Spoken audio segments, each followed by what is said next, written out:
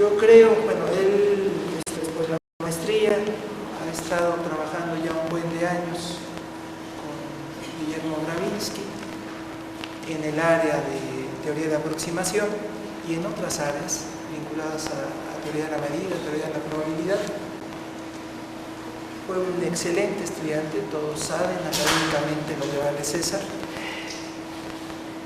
¿Y qué les podría yo decir de su actitud? Hay cantidad de compañeros que nos han ayudado en toda esta labor docente que ya tiene más de 23 años de irregularidad, en situación irregular, a quienes les agradezco muchísimo la ayuda. Y ha sido una ayuda que ha durado un semestre, 2 semestres, 3 semestres. Pero César tiene ya 12 años en que no se despega. Parece que se ha metido entre ceja y ceja. El mantenerse al pie del cañón en una labor de apoyo a todos los grupos académicos, a todos los estudiantes que por una u otra razón tienen más dificultades para avanzar, o a los que llegan de otra generación, de otro curso, para un curso que estamos impartiendo y que hay que regularizarlos, en la labor que sea, sin ninguna remuneración, con una carga académica endemoniada que tiene este canijo arriba, todo el tiempo ahí está César. Y digo, yo creo que todos saben bien la calidad académica y la actitud que ha tenido en toda esta labor. Bueno, pues me da muchísimo gusto que esté aquí César, era obligado que estuviera en este ciclo ilegal de ilegales. César, ¿no? Y Bueno, después hablaré yo al final, hay muchas cosas que decir, pero vamos a entrar en materia, si no nos va a alcanzar el tiempo, aunque trataré de ir un poco lento, pero seguramente me voy a ir rápido. La idea de la plática, como decía Javier, es platicar sobre aproximación, motivarlo a partir, eso es lo que este canijo me puso a pensar este fin de semana, como con un resultado muy simple podemos empezar a llevar a problemas ya un poco más interesantes, no complicados, sino más interesantes en la teoría de aproximación. Hay muchas formas de aproximarse, veremos una muy en particular, que es aproximación uniforme, y sobre todo pues, para llevar agua de molino, que es el área del análisis, ¿sale? La idea es partir de un resultado clave que seguramente vimos nosotros, que fue el teorema de Taylor. Creo que no se va a ver bien.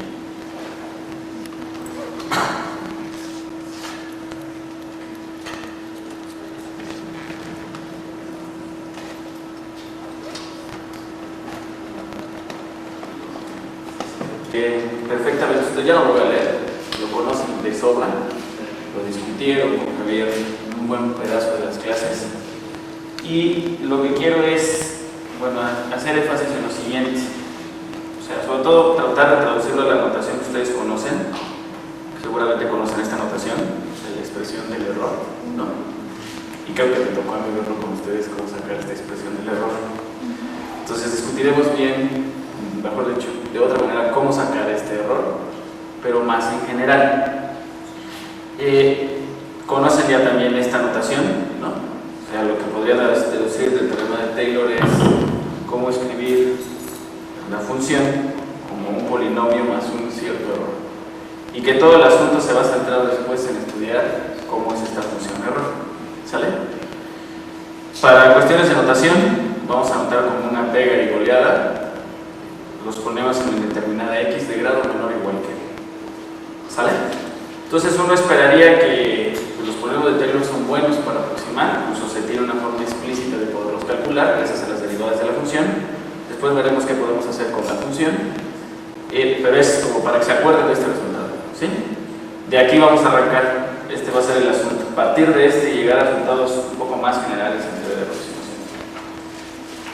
Todo el mundo queda claro cómo calcular polinomios de Taylor, lo han hecho para muchas funciones, por ejemplo para e a la x, creo que si lo pongo al revés sería mejor, ¿no?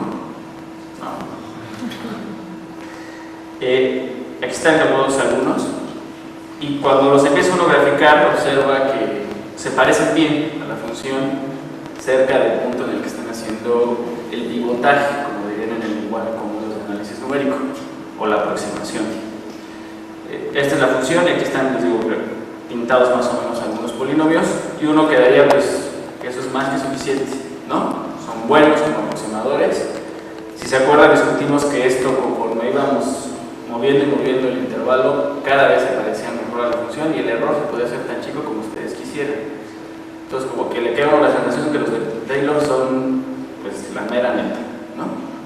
Pero, siempre van a haber muchos peros.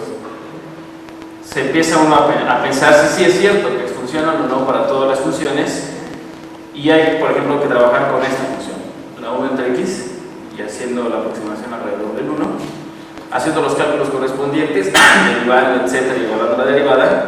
Se puede probar que la derivada en cualquier punto se tiene esta expresión, y que evaluada en 1 se vería así. Entonces su polinomio de Taylor les quedaría con esta expresión, ¿sale? Pero vamos a ver qué sucede con esa función. Entonces, lo que estoy buscando es una función para la cual vamos a tener problemas con los polinomios de Taylor para poder aproximar. Y cuando empezamos a graficar, observamos aquí, esta es la función que estamos aproximando, este es el punto en el que estamos haciendo la aproximación, es el 1. Y si graficamos, vemos que ya alejándonos un poco del 1, ¿me explico? Los aproximadores empiezan a despegar mucho de la función. Habrá que medir eso de mucho. Aquí calculé algunos valores. Este es el grado del polinomio, el polinomio que aproximaría esta función, el polinomio que hemos visto en la acetato anterior, y los valores que se empiezan a dar. Por ejemplo, si nos queremos pegar a 3, tendría que darnos un tercio, porque es la función al valor que se tiene que aproximar. ¿Me explico? Pero empezamos a ver que los polinomios se despegan demasiado. ¿Sí está claro? Entonces, este es un ejemplo en el cual ya se ve que los polinomios de Taylor no son muy buenos como aproximadores. ¿Sale? Habría que discutir, que lo veremos más adelante, qué sí tenía la exponencial y qué no tiene esta función, para que los de Taylor sean buenos aproximadores a esa función, la función exponencial. Bien, entonces, ¿cuál sería el problema que podríamos analizar aquí con los aproximadores? Hay un problema, que los polinomios de Taylor, todo lo que hacen es que solamente tienen una información cerca de un punto. Es decir, lo que están haciendo es aproximar a la función localmente. Entonces, uno esperaría, pues, tratar de enderezar esta situación, ¿no? Es decir, ya no solo tener información sobre un punto, sino pedir que los polinomios coincidan con los valores de la función, algunos valores predeterminados, no solo en un punto, sino en más puntos. ¿Sí me explico? O sea, tratar de enderezar esta cosa, pedir que el polinomio ya no haga esto, sino a lo mejor en este punto, pedir que te pase por este otro punto. ¿Sí está claro? O sea, lo que vamos a hacer es pedirle que lo que llamaría los que se dedican a teoría de aproximación, esto es interpolar, que sería interpolar no solo en un punto, sino en más de un punto. ¿Sale? Y eso va a dar pie a algo que se va a llamar lo que sigue ahorita. Entonces, es lo que le vamos a llamar, o sea, la idea que vamos a seguir ahorita es, tengo una función en algún dominio, ahorita vamos a ver qué podemos hacer con los dominios, y ustedes tenían el análisis en Taylor anclados en un punto, ¿no? Entonces lo que vamos a pedir es, para que no haga esas aberraciones, las aproximaciones, es decirle que también no solo coincida con el valor de la función en este punto, sino en otro punto de la función. ¿Sí está claro? Se va a bajar. Bien, eso da pie a algo que es muy clásico, sobre todo lo verán en sus cursos de lineal. Bueno, un buen curso de lineal, tendrían que estudiar lo que se van a llamar los polinomios interpoladores de Lagrange. ¿Sale? ¿Cuál sería el planteamiento del problema? El que queremos resolver. Para resolver el problema que tiene Taylor es, dada una colección de puntos, lo que necesito es encontrar un polinomio que coincida con los valores de la función en estos puntos. Este sería x0, f de x0, x1, f de x1. ¿No? Entonces el problema planteado quedaría así. La pregunta es si puedo construir, primero hay que ver si existe un polinomio, vamos a ponerle así, P de la familia de los polinomios, tal que para cierta colección de datos aquí, no sé, x0, x1, xn, ustedes deciden cuántos agregan, que estén en el intervalo, existe ese polinomio tal que para estos puntos, el polinomio en esos puntos coincide con los valores de la función, ¿no? ¿Se entiende el planteamiento del problema? ¿Sale? Bien. Lo que hay que ver primero es que si se puede hacer eso o no se puede hacer eso. Ahora observen lo siguiente. Podríamos empezar a hacer lo siguiente. O sea, poner un poco más de restricciones para no tener muchísima variedad en los polinomios. O sea, saben que por dos puntos pasa una única recta, ¿no? Pero ya parábolas no es única. Discutieron que había una infinidad, necesitan al menos un tercer punto para poderla determinar. ¿Sí está claro? Entonces, si nada más, por ejemplo, dijéramos un polinomio que pase por estos dos puntos, pues hay una infinidad de polinomios, pero podrían a lo mejor empezar a tener problemas. Si este es uno de grado 2, a lo mejor el de grado 3 también pasa, pero rápido se despega. ¿Sí me explicó? Entonces, para evitar esa situación y no volver a caer en el problema que tenían los polinomios de Taylor, lo que vamos a hacer es tratar de determinar, lo que acabo de decir es que hay una manera única de poder determinar un polinomio, y lo que necesitamos es que al menos nos den n más 1 puntos por el que pase un polinomio de grado n. ¿Sí está claro? Entonces, por eso mañosamente le puse n más 1 puntos aquí. Entonces, en esencia, lo que voy a pedir no es tanto cualquier polinomio, sino va a ser un polinomio de grado menor o igual que n. ¿Sale? Que interpole a la función en estos n más 1 puntos. ¿Me explico? Entonces, ese es el planteamiento del problema. Ahora, primero hay que resolver si puedo construir o no puedo construir ese polinomio. Uno esperaría que sí, y la respuesta es sí. Y esto es el teorema que viene después, que se va a llamar el teorema de unicidad, para poder interpolar, al menos para saber que sí lo puedo hacer. Otro gallo va a ser cómo lo voy a calcular, pero ya sabremos que estaremos trabajando no en el vacío. Si hay ese polinomio, el problema después será construirlo. Que diría algo así: si tienen n más 1 puntos en un intervalo distintos, existe un único polinomio de grado n tal que interpola la función. Aquí no le puse los valores de la función porque eso lo pueden hacer en general, ustedes pueden predeterminar ya los valores. ¿Sí está claro? Las y's en este caso serían los valores de la función. ¿Sale? Y la idea de presentar este resultado es la siguiente, porque se presenta, aquí se utiliza toda su herramienta de álgebra superior 2, no necesitan más que eso. ¿Qué habría que probar para garantizar la existencia de tal polinomio? Todo el mundo conoce la forma general de un polinomio de grado n. Es determinar los coeficientes y ya conocerían perfectamente quién es ese polinomio, ¿no? Esta es la forma general del polinomio de grado n. ¿Qué necesitaría saber para que exista este polinomio? Pues poder calcular tales coeficientes. ¿Sí está claro? Que satisface estas condiciones. ¿Sale? Entonces, lo que les lleva es a un sistemita de ecuaciones de n variables, de n más 1 variables, porque son todos los coeficientes, con n más 1 incógnitas, y un sistema de ecuaciones con n más 1 ecuaciones y n más 1 variables. ¿Sale? ¿Cuáles serían? O sea, simplemente debería de satisfacer las siguientes condiciones, estos valores que tienen aquí, ¿no? O sea, les queda aquí el sistema. El primer sistema, cuando y vale 1, va desde 0, me voy desde 0 hasta n. Tendría que quedarles este sistemita.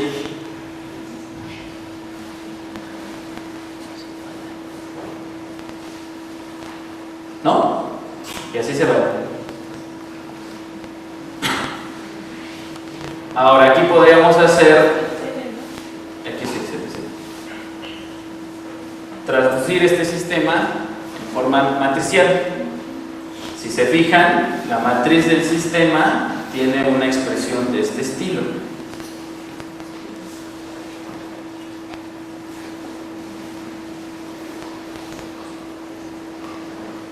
Que lo tengo escrito ahí. ¿Sale? ¿Sí está claro que esa es la matriz del sistema? ¿Sí o no? Bien, entonces esta matriz tiene un nombre muy especial. Es un problema clásico de superior 2 preguntarle a los alumnos que calculen el determinante de ese sistema. Esta matriz tiene un nombre. Se conoce mucho en la aproximación como la matriz de Van der Monde.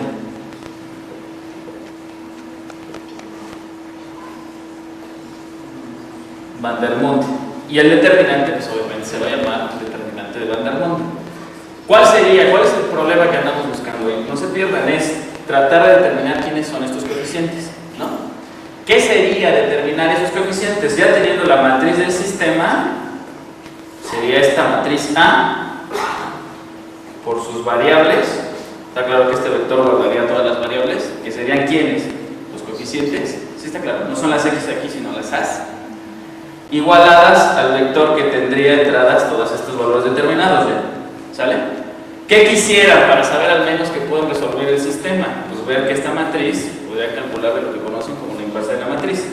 Y hay n formas de ver que una matriz sea invertible. Una es que les vaya bien calculando la inversa de esta matriz, o la otra es un método muy rápido, accesible al menos para analizar que esa matriz es invertible, es calcular su determinante. Y es lo que dice aquí. Entonces la demostración se basa todo en calcular este determinante, que es el determinante de Van der Monde. Y lo que se aplica es simplemente propiedades de determinante y aplicar inducción matemática. ¿Sale? Entonces, y ese determinante queda calculado como esto, que esto indica el producto de las diferencias entre los puntos donde están interpolando. ¿Me explico? Barriéndolos desde 0 hasta L. Si sus puntos son distintos, este determinante jamás se anularía. ¿Sí está claro? Entonces este determinante sería distinto de 0 y por lo tanto esa matriz sería invertible. Y si es invertible, entonces este sistema de ecuaciones tiene solución. Y si tiene solución, eso querría decir que este polinomio existe. ¿Sí está claro? Bueno, ¿cómo lo calculan? Ahí es, les digo, aplicando propiedades de determinante. Una forma muy rápida de hacerlo aplicando inducción es reducir este determinante, hacerlo por menores. Reducirlo a un determinante de la misma especie. Todo lo que hay que hacer es hacer 0 en el primer renglón. ¿Cómo le van a hacer 0 en el primer renglón? Todo lo que hacen es que la primera columna, cada columna, esta la multiplican por x0 y se la suman a la que viene, por propiedades de determinante. Esta segunda columna la multiplican por x0 y se la suman a la tercera, y así se van y van anulando. Bueno, no es sumarse, sino restarse. ¿Sí está claro? Y ya les queda una matriz de este estilo. ¿Sí está claro o necesito que vean las cuentas? ¿Sale? ¿Sí capiscan cómo harían? Entonces, eso es por si se los preguntan en superior 2, que ya se salvaron seguramente, pero no se salvarán en lineal 1. ¿Sale? Entonces, ¿qué tenemos hasta aquí? Que ya tenemos que al menos existe ese polinomio que va a interpolar. ¿Sí está claro? Y por lo que tenemos, el polinomio es único, porque la respuesta no hay más que una, por la inversa de la matriz. ¿Sale? Entonces, ya tenemos ese polinomio. Ahora, ya sé que existe ese polinomio, ya sabemos que existe ese polinomio. El problema ahora va a ser, pues, encontrar su expresión. ¿Cómo es? Físicamente, bueno, no sé si físicamente, pero ya planteado en los libros cómo se ve ese polinomio. Y para eso se necesita construir una serie de polinomios que también son muy importantes en la aproximación, que es lo que les decía ahí, los polinomios interpoladores de Lagrange, que se denotan generalmente con esta letra. Y son polinomios con la siguiente característica. Son polinomios de grado n, porque no puedo pasar un polinomio de grado n. ¿Sale? Que vamos a empezar con unos polinomios muy fundamentales, que es lo que se va a llamar un polinomio fundamental de Lagrange, que debe satisfacer la siguiente propiedad. Que tomando mis nodos, ¿sí se ve? Tomando los nodos, en los nodos va a ser, aquí eso es 1. Va a valer 1 cuando el índice del polinomio coincida con el índice donde interpolan, y en todos los demás los va a mandar a 0. O sea, voy a construir varios polinomios con esas características. Para cada punto donde interpolan, a uno lo va a mandar a 0, a 1, y a todos los demás los manda a 0. Es como estar haciendo una matriz identidad, si lo piensan así. ¿Sí me explico? Entonces, ya construyendo esos polinomios con esas características, habría que ver cómo tienen. Quiero que satisfagan estas propiedades, insisto. que a x0 le voy a construir un polinomio L0 tal que a él lo va a mandar a 1 y a todos los demás los manda a 0, ¿sale? X1 lo va a mandar a 1, L1, y todos los demás los va a mandar a 0, es como está construyendo la identidad. Bien, eso se puede notar de la siguiente manera. Esta es una notación muy usual, no solo en el análisis, sino también en teoría de aproximación, lo que llaman la delta de Kronecker, que es P cuarto con los índices. Va a valer, así se define, va a valer 1 cuando los índices son iguales y valdría 0 si los índices son distintos, ¿sale? Y esos polinomios tendrían la siguiente expresión. ¿Por qué? Necesito que se anule en todos los demás, salvo en uno, ¿no? Es decir, que todos los demás tienen que ser raíces de ese polinomio. Es decir, que ese polinomio tendría que ser divisible por estos factorcitos. ¿Sí me explico? Estos polinomios de grado 1. Entonces debería de tener al menos esa expresión. Entonces, tendría que verse, como dice ahí, la notación es denotar un punto ahí. Por ejemplo, L1 debe satisfacer ¿qué cosa? Que en el primer punto, bueno, L0, vamos a hacer con L0. En un X0 debe de valer 1, ¿no? Y en todos los demás se debe de anular con índice distinto de 0. Es decir, que para este polinomio X1, X2, etcétera, deben ser raíces de este polinomio. Es decir, con el teorema del residuo saben que tienen que tener factores de este estilo. ¿Sale? Ahí ya saben que todos los demás puntos se anularían. ¿Sí me explico? Salvo en el primero, y en el primero lo quieren mandar a 0. Entonces lo que habría que ver es, debe de tener esta expresión. Cuando lo evalúan en X0 habría que hacer que este número sea 1. Entonces todo lo que habría que hacer es simplemente dividirlo entre el número que me daría al evaluarlo en X0. ¿Sale? Entonces esta es la fracción general de L0. De L1, L, etcétera, lo único que hay que hacer es, si se fijan, quitar el correspondiente factor en el punto donde quieren que no se anule, que es lo que estarían haciendo aquí. O sea, lo que dice es tomar todos estos productos, esta es la variable, sobre todos los factorcitos de este estilo, dividirlos entre este número para hacerlos unitarios cuando evalúen en XY, solamente pedir que Y sea distinto de la J, que es el que estaríamos quitando primero ahí en el Y0. ¿Sí está claro? ¿Sí o no? Entonces, ya tienen estos polinomios que hacen esa gracia. ¿Qué hacen la gracia de qué? De que a XY, LI lo va a mandar a 1 y lo manda a 0 si tiene índice distinto. Y con eso ya tienen para poder construir polinomio, porque todo lo que habría que hacer, este tiene un nombre especial, ese polinomio, lo que se llama el enésimo polinomio interpolador de Lagrange, fundamental, porque con eso se construirán todos. ¿Cómo? Consideren el siguiente polinomio, que le llamaré Pn, como lo traíamos, o Ll, en este caso, porque ya es un interpolador de Lagrange. Quiero que coincidan, el X0 lo manda a Y0, el X1 lo manda a Y1, etc. Entonces todo lo que habría que hacer es simplemente, pues estos polinomios ya hacen 1 en 1 y los mandan 0 a los demás. Entonces solamente habría que multiplicarlo por los correspondientes escalares que necesitan mandarlos. ¿Sale? Este es un polinomio de grado n, la suma de polinomios de grado n va a ser un polinomio de grado menor o igual que n, y entonces esto resulta ser un polinomio de grado menor o igual que n. ¿Sale?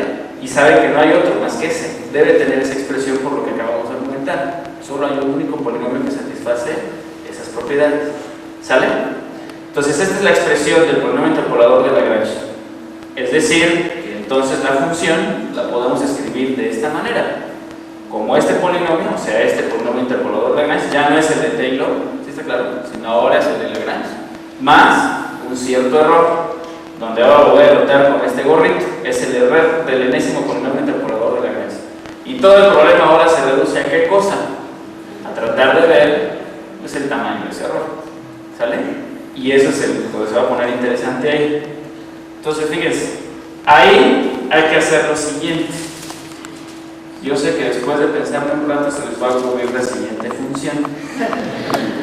Pero, ¿cómo podríamos motivarla? Fíjense, una forma de verla. Ahí me pasé un rato tratando de ver cómo podría uno ocurrirse de esa función.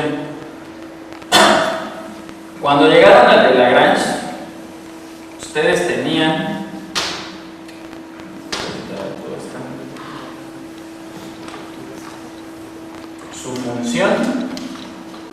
más el interpolador de Lagrange, ¿no? Bueno, en todo caso es el interpolador de Lagrange menos el error, más el error, ¿no? Es decir, que el error se vería algo así, ¿no? Ahora observen, esto que está aquí, cuando toman una x fija, esto lo que está aquí, esto es un polinomio de grado n, ¿no? Más una constante para una x fija sigue siendo un polinomio de grado n. ¿Me explico? Esto es como en esencia un polinomio de grado n, fijando la x. ¿Me explico? Pero observen que este polinomio se anula. Todo se anula en los puntos de la forma xy, son los puntos donde están interpolando. O sea, el polinomio coincide con el valor de la función. ¿Sí me explico? Es decir, que para un polinomio de este estilo, si toman este polinomio, ¿me explico? Él debería de tener a estos como raíces, porque ahí es donde el error se hace cero. ¿Me explico? Entonces, por algún resultado de álgebra, saben que tendría que ser un múltiplo de un polinomio que tenga las mismas raíces. ¿Me explico? Podríamos tomar el producto de todos estos. ¿Sí me explico? Es decir, esta es la famosa W que está ahí. Es decir, esa W va a ser el producto de todos estos factores. ¿Sale? Entonces lo que habría que hacer es trabajar con esta función, que se fijan en la que tienen ahí, que es como la que les tendría que ayudar a estimar quién es el error. ¿Me explico? Entonces, eso es lo que van a hacer, trabajar con esta función. Y ahora lo que hay que hacer es solamente aplicar el teorema de Rolle. ¿Se acuerdan todos lo que decía Rolle? ¿No? O sea, Rolle decía que si tenían una función que se anulaba en los extremos, ¿no? Encontraban una raíz para la derivada, ¿no? Yo lo que necesito es aplicar Rolle generalizado. ¿Cuál es Rolle generalizado? Soy muy acá, pero nada más es la misma idea. ¿Cuál? Si ahora se anulara en 3 la función original, la primera derivada tendría 2 raíces y la segunda tendría una única raíz. ¿Sí está claro? O sea, es importante esto cuando buscamos aproximación, calcular raíces.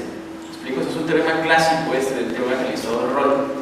Entonces podrían ya formular una especie de Rolle generalizado. ¿Qué podría decir el teorema de Rolle? Que si tienen, por ejemplo, sea una función que basta que sea continua en A, B y que sea derivable n veces en el abierto, ¿qué necesitarían? Aquí contando, ¿no?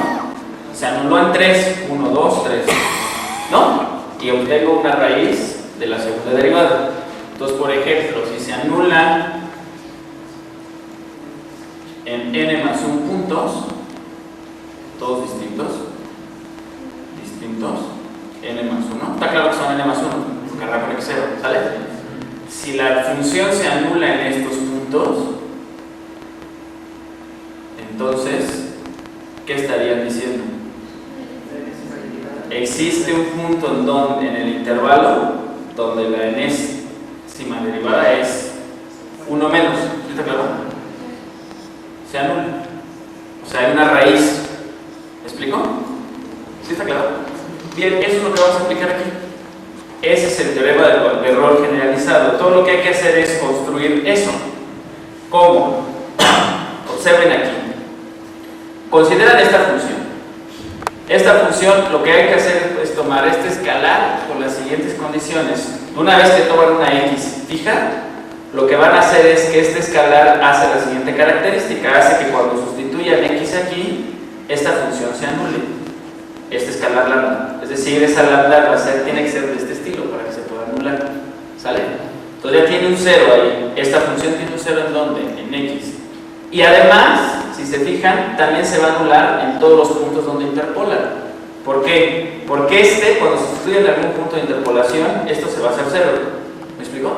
Y además es el polinomio donde interpola la función n, es decir, cuando sustituye t y x y aquí, estos son iguales. Es decir, esta función tiene ceros ¿en dónde?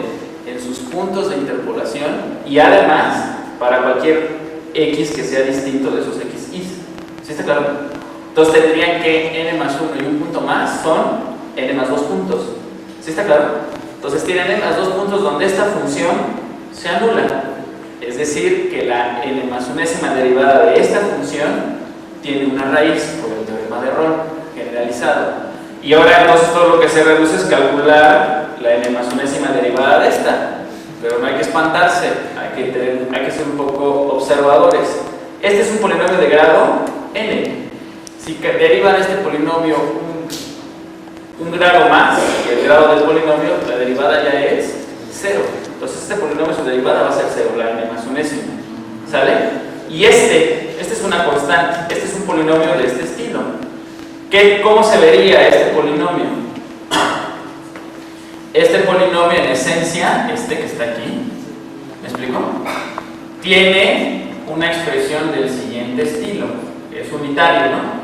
El coeficiente de xn, el exponente mayor, más términos de grado menor que n. ¿Sí o no? Entonces cuando lo deriven este n más 1 veces, estos van a valer, ¿no? Y entonces, ¿qué les va a quedar en la más unésima derivada aquí? Les quedaría n más 1 factorial cuando empiezan a bajar, ¿sí o no? Entonces, es decir, que ya sabemos que existiría un punto donde la n más unésima derivada de esta función se anula, ¿no? ¿Quién es la n más unésima derivada de la función que tienen ahí? Saben ustedes que hay un punto donde se va a anular. Eso sería, si la función fuera n más 1 veces derivable, la derivada en ese punto, ¿no? Menos la derivada del p de 0, y el otro sería simplemente el escalar que traían por n más 1 factorial, ¿no? Y todo lo que habría que hacer es despejar para buscar quién es esa lambda. Nos queda que es n más 1 factorial por la lambda, ¿no?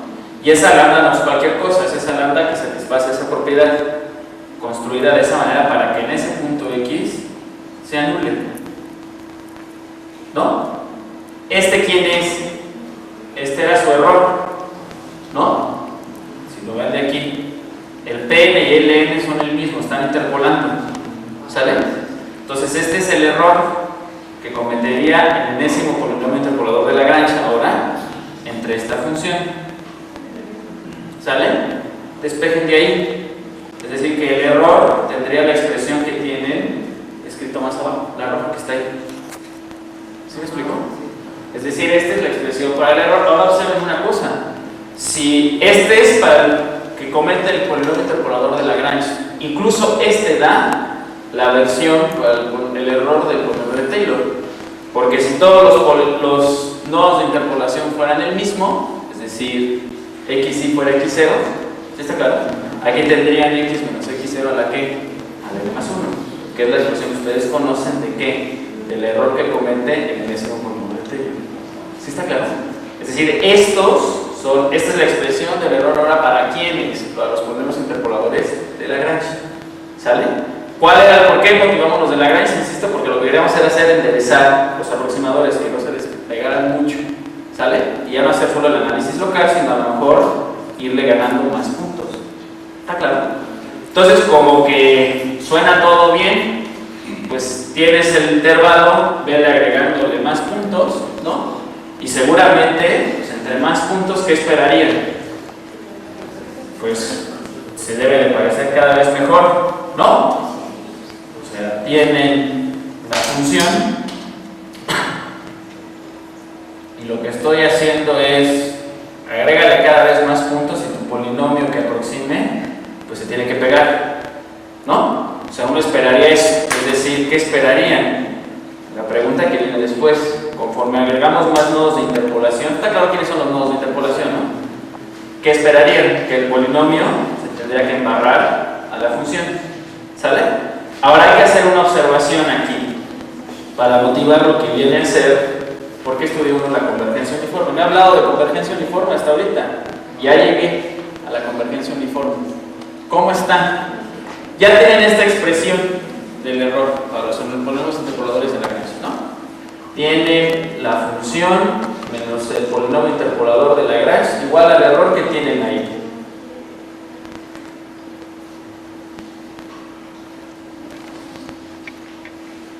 ¿Sale? Entonces, ¿qué esperarían? Fíjense.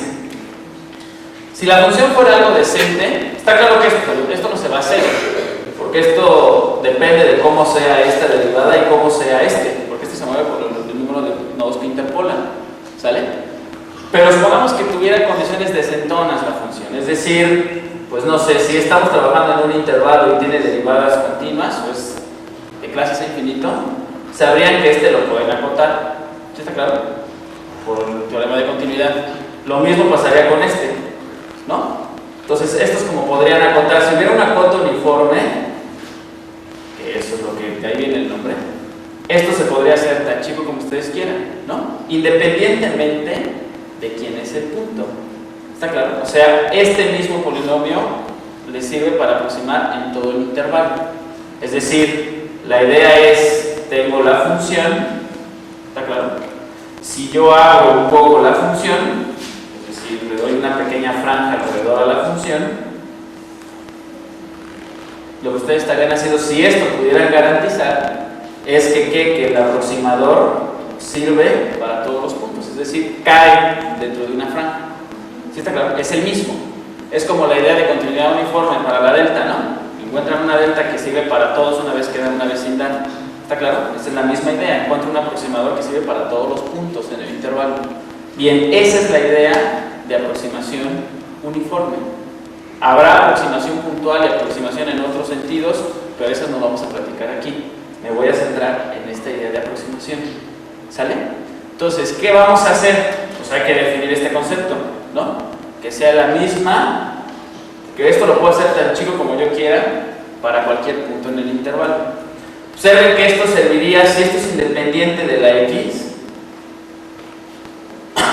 eso querría decir que si consideran este conjunto de números reales,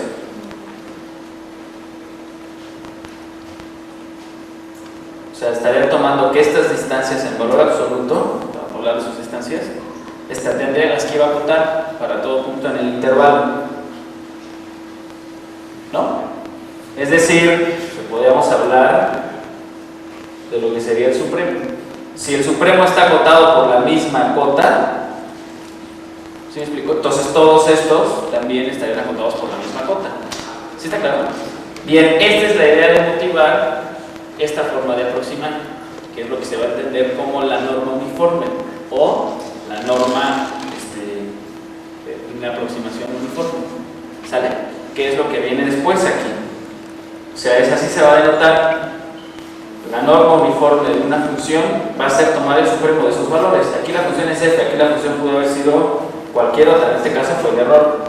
¿Sale?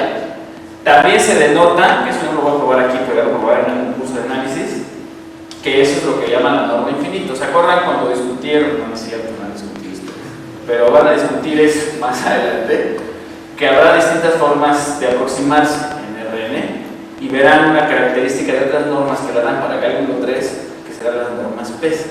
Algo muy similar sucede aquí con las funciones. O sea, lo que hacen en cálculo 3 se puede llevar a funciones continuas, y no solo a funciones continuas, sino también se puede llevar ya a espacios más en general, a espacios en LP, que sean espacios de teoría de la medida.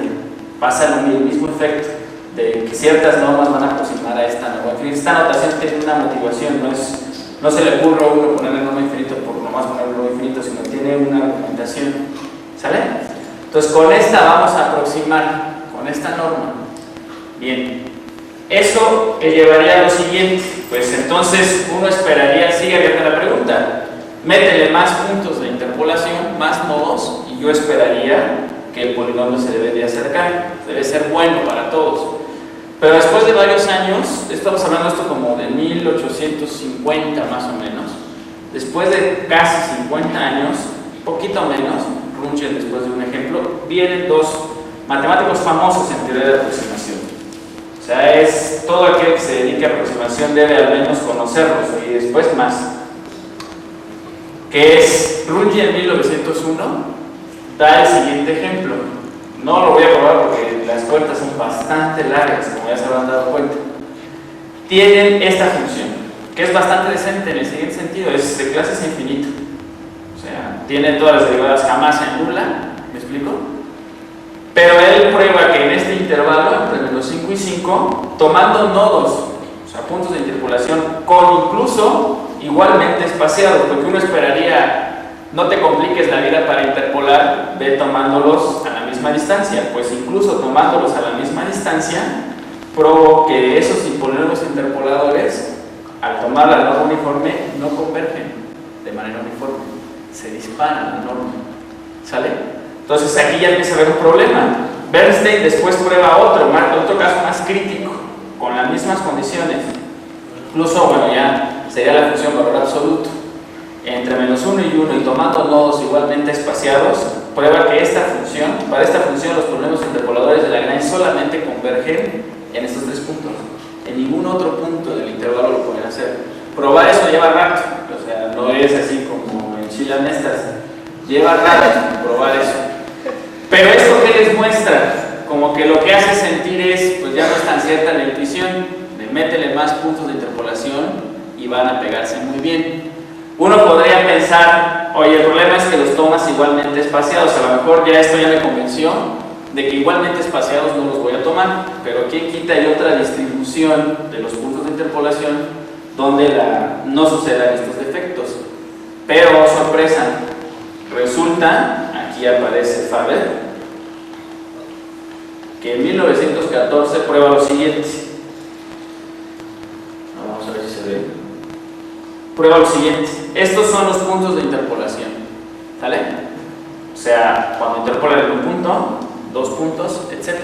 Es lo que se le conoce como un ATIN, es decir, un arreglo triangular de nodos de interpolación. ¿Está claro? Bien.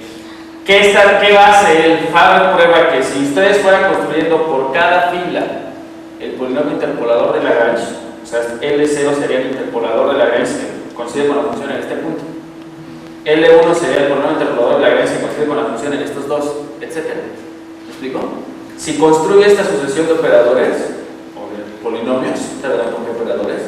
Resulta que existe una función continua en el intervalo donde no necesariamente estos convergen de manera uniforme a la función.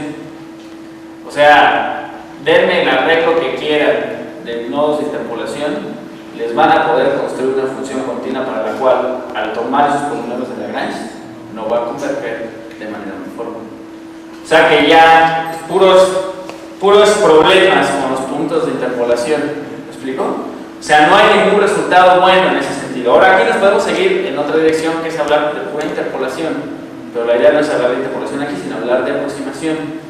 Ante todo esto, uno dice, pues está del carajo esto, o sea, todo resulta negativo, no puedo encontrar alguna idea de poderme aproximar decentemente a la función de manera uniforme.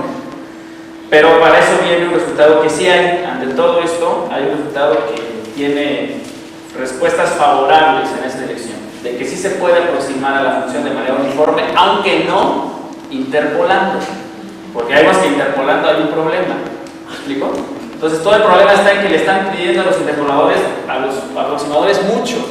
Sí que se pegue, pero además hasta que pase por valores de la función. Entonces, ¿qué hay que hacer? Pues tratar de bajar esa condición. ¿Cuál condición?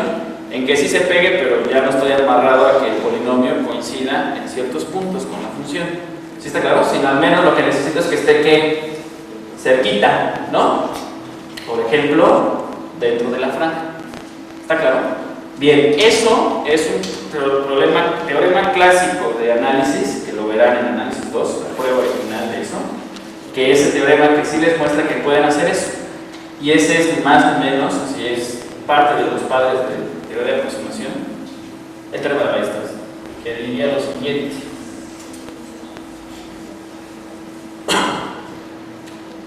El teorema de Weierstrass.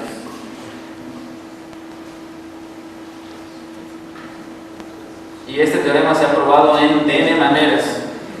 Este fue en 1885. ¿Sale? Diría lo siguiente, que si les dan una función continua en un intervalo, ¿sale? Entonces existe una sucesión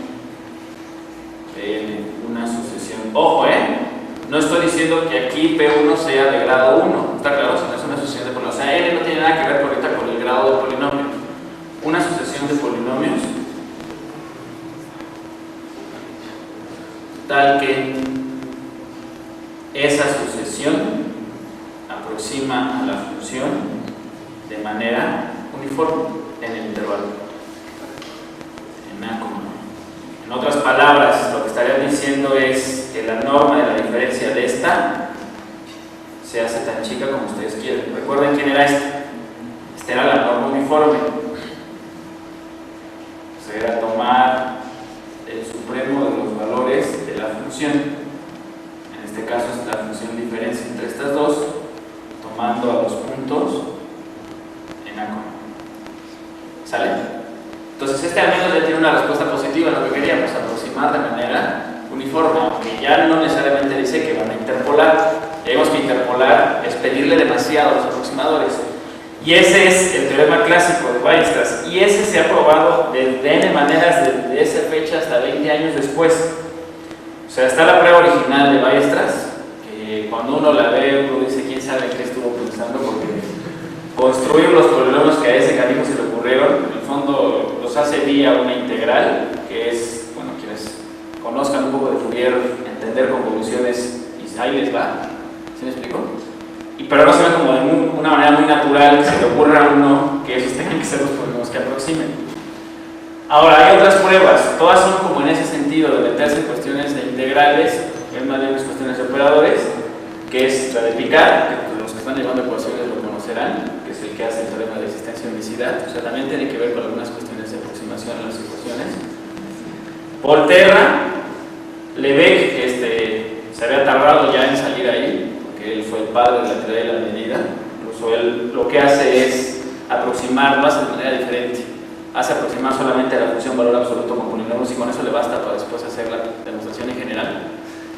El de Picard, él lo hace no para una variable, sino lo extiende para varias variables.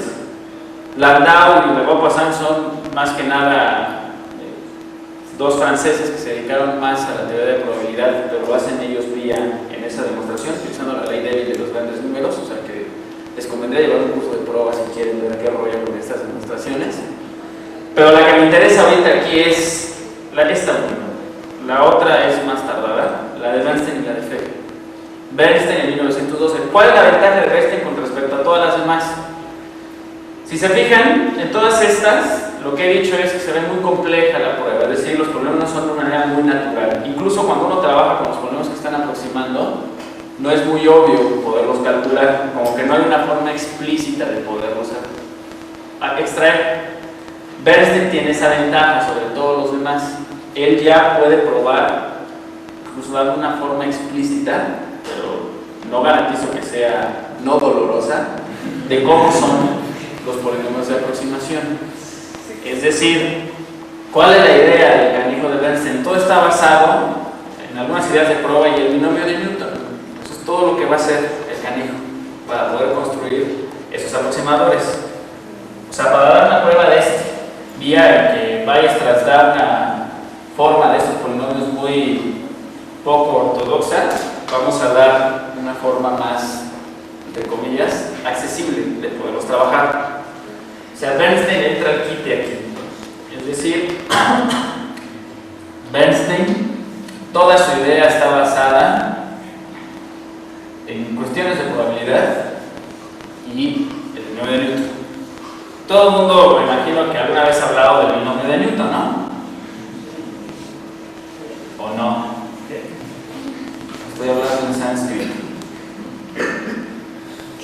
Uno ve que el desarrollo del binomio de Newton sería algo así. ¿Sale? Bien. Todo lo que hace, una forma de ver, por ejemplo, al 1, una forma muy barroca de ver al 1 a la n, podríamos verlo así. ¿Está claro, no? Chévere. Pero entonces, si a este le llaman A y a este le llaman B, le aplican Newton, les queda de este estilo.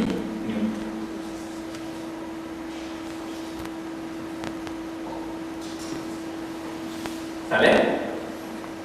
O sea, así como lo ven, esto sumamos. ¿Sí está claro? O sea, esa es la idea del canijo. Es una forma muy barroca de ver algo, sí, pero esa es es la que él le va a servir para lo siguiente. Fíjense, ¿qué va a hacer el canijo de Bernstein?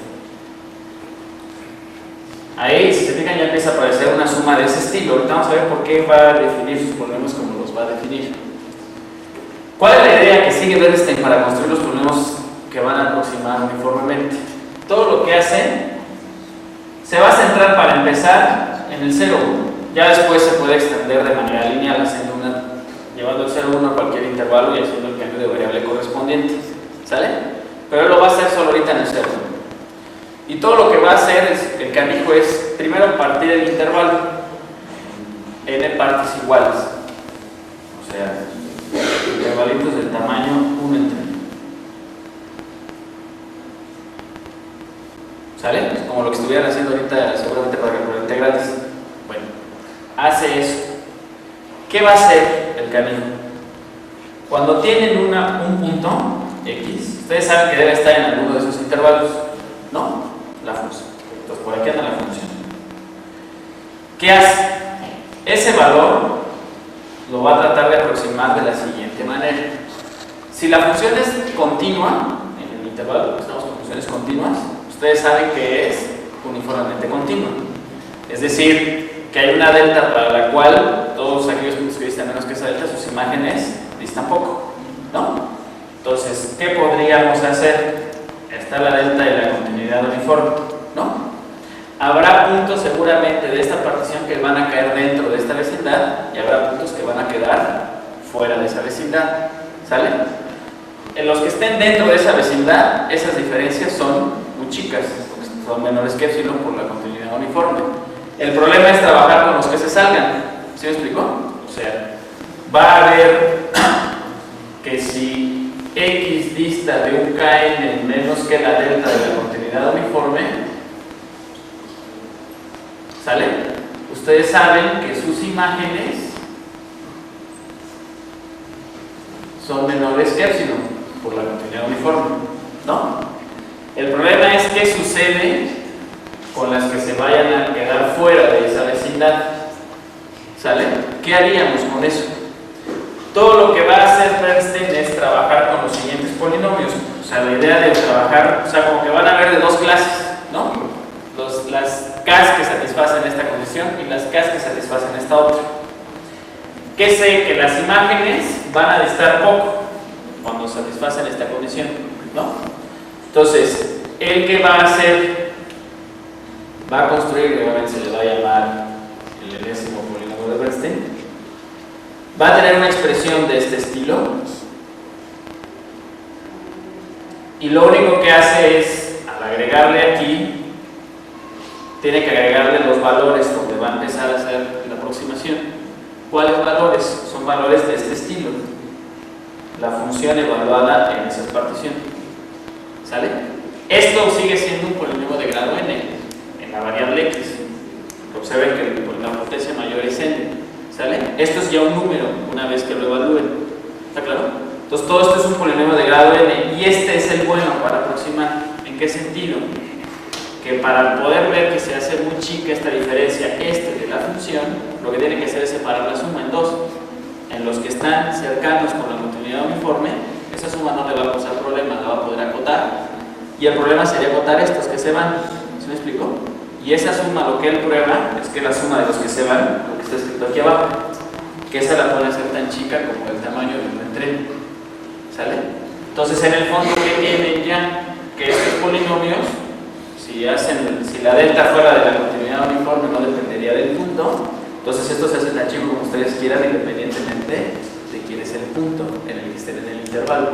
Es decir, estos serían unos aproximadores polinomiales de manera uniforme. Están ya de manera explícita. Esta es la forma de los más fáciles de ver, ¿eh? O sea, los otros son más complejos de poder construir de todas las pruebas que dan ellos. Esta es como la forma más accesible, entre comillas, de poderlos calcular. Ya tienen aquí de manera explícita quiénes son los aproximadores polinomiales uniformes para una función continua. ¿Cuál es la ventaja de estos polinomios? Que tienen cuando lleven sus cursos de probabilidades, que si se fijan, los que han llevado prueba o van a llevar probabilidades, esto se parece mucho a una binomial, una función binomial que van a trabajar. Y entonces se pueden aplicar muchísimas propiedades de la función binomial aquí para sacar, obviamente, propiedades correspondientes a los polinomios de Bernstein. Y tienen la siguiente ventaja: son tan aproximadores que son aproximadores en serio, es decir, se quieren parecer demasiado a la función que aproximan. O sea, si la función que aproximan es coja del pie derecho, ellos tratan de ser cojos del pie derecho. ¿En qué sentido? Por lo siguiente: estos polinomios, que es lo que los tengo descritos aquí, ¿sí me explico? Esos polinomios, o sea, Bernstein prueba en 1912, que esos polinomios se aproximan de manera uniforme. Ya más o menos les platiqué cuál es la prueba. Partir las sumas así. Esos polinomios tienen la siguiente característica.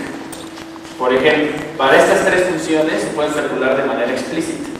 Habría que hacer las técnicas de calcular los momentos para una función de probabilidad, pero se puede probar que para la constante 1 el polinomio de Bernstein es ella misma, para la identidad también es ella misma, y para la x cuadrada es este polinomio, ya no es la x cuadrada, ya tiene un cierto factorcillo, pero se pasa restando, esto se hace como ustedes quieran, independientemente de la x, está agotado en un intervalo, ¿sale? Entonces hay aproximación uniforme, incluso ya hasta para la exponencial viene esta expresión para los polinomios de Bernstein. ¿Me explico? Entonces, es simplemente aplicar el binomio de Newton, no hay más que hacer, y aplicarle ciertas propiedades. Entonces ya se pueden calcular de manera explícita cómo son estos aproximadores, porque acuérdense de Lagrange, que era así como un cohetísimo, tendría que multiplicar todos los n más un factores. ¿Sí está claro? Este ya tiene de manera explícita, una manera más rápida de poderlos estimar. Y lo sorprendente de todo esto es que son tan buenos aproximadores que ellos heredan todas las debilidades o cualidades que tenga la función que aproximen. O sea, si la función está acotada, ellos también están acotados por las mismas cotas. Tienen una especie de monotonía. O sea, si la función f está dominada por una función g, los aproximadores de la f están también dominados por los aproximadores de la g. Si la función es decreciente o no decreciente, también ellos lo son. O sea, se parecen demasiado a la función. Si es convexa, también sus aproximadores son convexos. Incluso si la función es par, ellos también van a tener que ser pares. O impar, ellos van a ser impares. Es decir, suena todo esto bastante bello, ¿no? Hasta más lo puse en verde. Porque no es cierto que el que aproxime, a la hora de si f está aproximado por pns, no necesariamente al derivarle, las derivadas de esta aproximan uniformemente esto. Eso no siempre pasa. O sea, el ejemplo clásico sería el siguiente. O sea, podrían tener, es pregunta de examen para el análisis 1, seno de x entre n. Esa función, cuando x la fijan, esto se va a 0. La constante es 0, ¿no? Esta es derivable, pues sí. La derivada de esto es ¿quién? Es ella misma, ¿no? ¿Sí o no? Pero cuando la derivan esta, ¿esto quién les da? El coseno de x. ¿Sí o no? Y esta como que ya no se pega a esta, ¿no? ¿Sí está claro? Por ejemplo, en el 0 esto vale 1. ¿Me explico? Mientras que la derivada tendría que ser, en el punto 0 tendría que valer 0. Incluso teniendo convergencia uniforme. Es decir, no es cierto que si la sucesión converge uniformemente a otra, entonces las derivadas respetan esa convergencia si la función límite fuera derivable. Pero eso en los polinomios de Bernstein sí sucede. O sea, lo que dice aquí es que si la función es de clase CP, las derivadas de orden D de los polinomios de Bernstein también aproximan y de manera uniforme a la función, a las derivadas de la función. Se hacen demasiado por parecerse a la función. ¿Sí está claro? Incluso ya se pueden heredar más propiedades. Si las derivadas son no negativas, también sus derivadas son no negativas. Es como decir que si estas fueran crecientes, estas siguen siendo crecientes. ¿Sale? Entonces todo suena muy bien. O sea, los problemas de Bernstein son, ya se resolvió el problema de aproximar. Son la mera neta, ¿no? O sea, son chingones. Pero no es tan así. Porque hay un pequeño detalle. ¿Qué interesa? Nada más interesa pegarse a la función. Buenos como aproximadores, ¿en qué sentido? En la rapidez con la que se pegan a la función. Ahí tienen el defecto. ¿Sale? Pero ahorita vemos esa discusión. Lo que quiero es mostrarles otra cosa que es sorprendente. Bueno, me sorprendió cuando vi el resultado. Fíjense. O sea, los modelos de Bernstein se ven muy buenos ya. Tienen todas sus propiedades. Incluso se puede probar esta identidad. O sea, los polinomios de Bernstein tienen, con la expresión tan fea que está, pero después se acostumbra uno a trabajar con ellos. Pero les digo que cuando uno ve los otros dice uno, pues no son los más fáciles. O sea, teníamos esta expresión para el enésimo polinomio de Bernstein.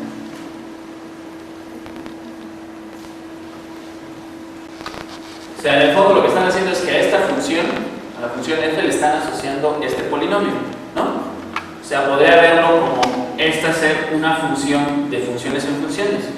Es decir, a las funciones continuas, a una función f aquí, ¿no? Le estoy asociando otro polinomio, otra función que también es continua, no déjenme ponerlo aquí. ¿Cuál? Su enésimo polinomio de Bernstein. ¿Está claro? O sea, esta ya no es de las funciones que ustedes conocen, de R en R, ¿no? Esta es una función que a una función de funciones, a una función le asocia otra función. Esto tiene un nombre, se les llaman operadores, para poderlos distinguir. ¿Me explico?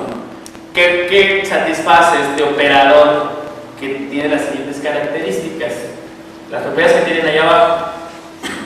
O sea, si se lo aplican a una combinación de funciones, ¿sí está claro? Como que lo que hace es que abre bien las sumas y saca bien los escalares, ¿no? La función. Estas tienen un nombre especial, las van a estudiar en lineal y seguramente ya las verán en superior 2, lo que le llaman las transformaciones lineales. Y esa es la ventaja, yo creo que de las principales características que tienen los polinomios de Bernstein para lo siguiente. Porque ya teniendo transformaciones lineales aquí, uno puede aplicar toda la herramienta de álgebra lineal y más análisis funcional. Es decir, esto en esencia es una función lineal que satisface además las siguientes condiciones, las otras que tienen allá abajo. Algo que se llama un operador lineal y acotado. Es decir, ¿qué quiere decir que un operador fuera acotado? Eso ya es de análisis funcional, pero no es muy difícil de entender qué quiere decir que un operador fuera acotado. Está claro más o menos que tendrá que ser lineal, que abre sumas y saca escalares, ¿no? Lo que llaman que sea additiva y que sea homogénea. Pero incluso hay otro concepto que se trabaja en funcional que se llama lo que es un operador lineal acotado. O sea, es tu primera clase de función. ¿Cuál sería la idea de definir un operador lineal acotado? ¿Se les ocurre una forma de definir un operador lineal acotado? Para no meternos en más problemas, voy a llamarle T, que va de un espacio vectorial en otro espacio vectorial, o sea, como si fueran estos. ¿Me explico? Y que tienen además asociadas ciertas normas. Nosotros estamos hablando de una norma uniforme. Tienen ciertas normas aquí. ¿Sale? Pueden ser incluso R2 y R. ¿Se les ocurre una forma de definir que un operador lineal sea acotado? Es una función, ¿no? Entonces uno esperaría, para que fuera acotado, ¿qué esperaría definir como acotado? Dicen que T es acotado, en un sentido, tratar de heredar la definición de acotado para una función, ¿no? ¿Cuál? ¿Cómo diría? Que existe una constante positiva, ¿no? Tal que los valores de la imagen, o todos los valores de la función, ¿sí está claro? Están por debajo de esa constante, para cualquier punto en el dominio. ¿Sí o no? Eso es lo que esperarían, definir una transformación lineal acotada. ¿Está claro? Pero el problema que resulta de tomar esta definición es que solo habría una única transformación lineal que satisface esa condición. Y es la siguiente. Fíjense. O sea, si tomáramos esa como definición de acotado, vamos a caer al siguiente problema. Solo hay una única función que satisface esa propiedad. Fíjense, para no meternos en más problemas. Ustedes tienen un espacio vectorial. Piensen que fuera Rn o R2. Eso es un espacio vectorial. Cada vectorcito ahí, ustedes lo pueden multiplicar por cualquier escalar y vuelve a caer en ese espacio. ¿Sí está claro? Entonces, si tengo a este en R2 o en ese espacio vectorial, al multiplicarlo, estos también vuelven a caer en el mismo espacio. Y eso es para cualquier valor que ustedes le den en el campo, cualquier valor real, en el caso de los naturales. Entonces, si esa fuera su definición de ser acotada, la función también tendría que satisfacer que para en estos puntos las imágenes quedan por debajo de esa cota, ¿no? Pero la función es lineal, ¿está claro? ¿Qué es que sea lineal? Que escupe constantes, ¿no? Es decir, saldría la constante de la función y por propiedades de norma saben que la norma saca los escalares con valor absoluto, ¿no? Desde analítica. Es decir, como es positivo, pues quedaría n. Entonces quedaría simplemente este producto menor o igual que n, ¿no? Pero esto es para cualquier valor natural. En otras palabras, esto tendría que satisfacerse para todo natural, ¿sí o no? Pero eso empuja que esto tiene que irse a cero y las normas son no negativas, ¿no? Entonces eso a que los amarra, a que el tamaño de esto tiene que ser cero, y eso es para cualquier punto que ustedes toquen. ¿Y cuáles son los, entre comillas, los vectores que tienen tamaño cero? Pues es el cero, es decir, que esto tendría que ser la constante cero. Es decir, esa definición de ser acotado reduce el campo de acción a una sola función. ¿Cuál? La constante cero. ¿Cuál es el problema? Que el problema, si se fijan, es que no están comparando el tamaño en la imagen con el tamaño que toman en el dominio. Entonces se hace una pequeña modificación a la definición de lineal y acotado en el sentido de álgebra lineal. ¿Cuál es la definición? Que le agregan con estos trabajos los que se dedican a análisis funcional. Dicen que algo va a ser lineal, es acotado, un operador lineal es acotado si solo si existe una constante positiva, hasta ahí se parece, tal que ahí ves como la que tenía, y lo que hay que hacer es comparar los tamaños en el dominio. Esta constante no depende de x, es para cualquier punto en x. Esa es la definición de ser acotado en el sentido de análisis funcional, y lo que se puede probar es que esto lleva a que sea equivalente a que sea continua, a que mande conjuntos acotados en acotados, etc. ¿Para qué quiero ver esto? Porque lo que pueden probar es que ese operador es acotado. ¿Cuál operador? Ya he visto ahora los polinomios de Bernstein, la función que asocia a cada función un polinomio. Y entonces estoy con un operador lineal y acotado, y por lo tanto podemos meter toda la herramienta de funcional para ver para qué otros operadores se puede aplicar esto. Es decir, que puedan generar aproximadores a una función. Y la respuesta es la siguiente. O sea, eso es lo sorprendente. No se olviden que satisfacía los polinomios de Bernstein, que son lineales y acotados, que tenían la monotonía, que es la que ya tenía yo hasta acá arriba. ¿Sí está claro? Es decir, que si la función es no negativa, los polinomios de Bernstein serían no negativos. ¿Sale? Y que además, por lo que les dije, se puede calcular para ciertos polinomios. ¿Me explico? ¿Para quiénes? Para la identidad, para la constante y para la x cuadrada.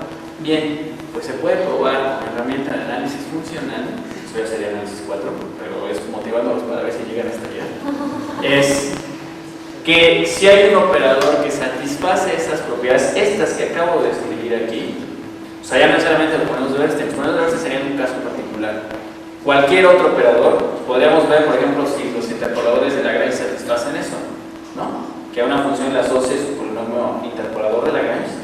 Tratar de ver, se puede probar que por esas condiciones es más que suficiente lo siguiente, que es otro par del que liga la aproximación con los operadores lineales. Korofkin, que el resultado diría que tienen una sucesión de operadores. Por ejemplo, piensen que fueron los polinomios de Bernstein. Si tienen esta sucesión de operadores lineales acotados positivos, o sea, las condiciones que satisfacían los polinomios de Bernstein, los que les puse aquí abajo en verde, o sea, todas estas condiciones, que sea lineal, que sea positivo y que satisface que convergen uniformemente solo en estas tres funciones, con esas tres condiciones se puede probar que para cualquier función continua que ustedes den, esa sucesión de operadores genera una sucesión de aproximadores de manera uniforme. Es decir, no hay que probar para todas las funciones, solamente basta probarla para ¿qué? Para tres. Y las tres, las más simples, las constantes, o sea, la 1, la identidad y la x cuadrada. Si para esas tres sucede que esos operadores generan aproximadores de manera uniforme,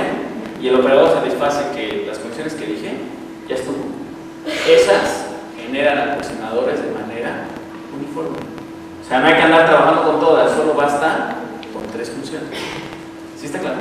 Y eso da la prueba a poder entonces meterse en probar con otros aproximadores. O sea, construir operadores que satisfagan esas condiciones y generar otro tipo de aproximadores.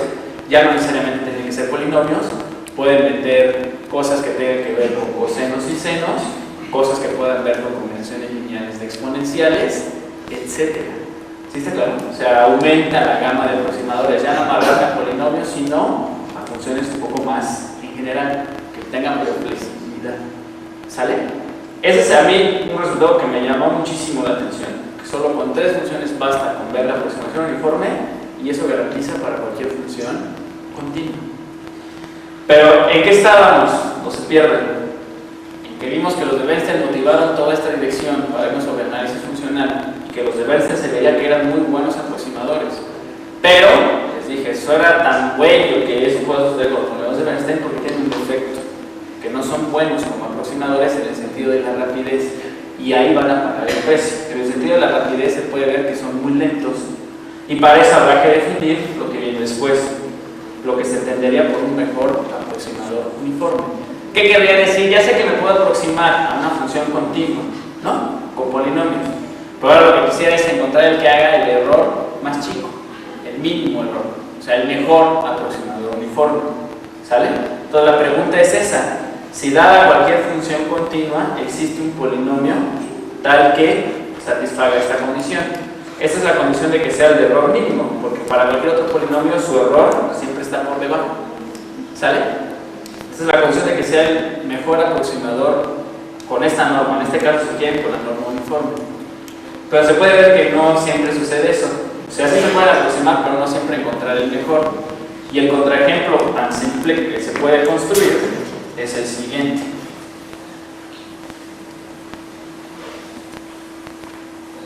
Es aplicar la geométrica. Todo el mundo conoce esta función. Y esa función es como la geométrica. O sea, se acordarán del ejercicio clásico de inducción, ¿no? ¿Cómo sumaban estas? ¿Se acuerdan quién era este? Era 1 menos x a la n más 1 entre 1 menos x, ¿no? O sea, le llamaban S esta suma, multiplicaban por x y restaban, bla, bla, bla. ¿Está claro? Solo pedir que x no sea 1. ¿Sí o no? Entonces, esta función, cuando el tamaño de x sea menor que 1, se puede ver que esto converge a esta función. O sea, esto se hace muy chico, ¿no? Entonces, todo lo que hay que hacer es construir la siguiente función, considerar esa función en el siguiente intervalo, para alejarme un poco del 1, en un medio. ¿Sale? La pregunta es si existe P un polinomio de grado n, bueno, no de cualquier grado, estamos con cualquier grado, así lo pusimos, tal que, le puse este disquito, que él sea el mejor en el sentido de aproximar a la función. Ven. Ese es que fuera el mejor, ¿no? Que él es el que comete el error más chico. Cualquier otro no le puede ganar. ¿Sí está claro? Bien, lo que se puede ver es que eso no sucede. Por lo siguiente, si hubiera tal polinomio, ya saben que en esencia lo podrían ver como sumar esto a una infinidad, ¿no? O sea, es como 1 más x, etc. Sino como uso de notación, que en el fondo es como compactarlo así, ¿no? Entonces, ¿qué les quedaría si tomaran la diferencia de esa función con el mejor aproximador polinomial? Él debe de ser menor o igual que la función menos si ahora tomaran, por ejemplo, este polinomio. Porque este es un polinomio de grado n, pero es un polinomio, ¿no? Si todos le ganan a él, pues se debe satisfacer esta condición. Pero si ustedes toman esta diferencia, en esencia, ¿a quién les queda? Les queda esta suma, ¿no? O sea, tienen que quitar esta, ¿no? Los primeros n a esta, ¿no? Y entonces, si les quedan los primeros n cuando se están moviendo entre un medio, no tiene que ver tanto medios, pero lo que quiero es una nota que no se dispare. Esto estaría acotado por esta serie.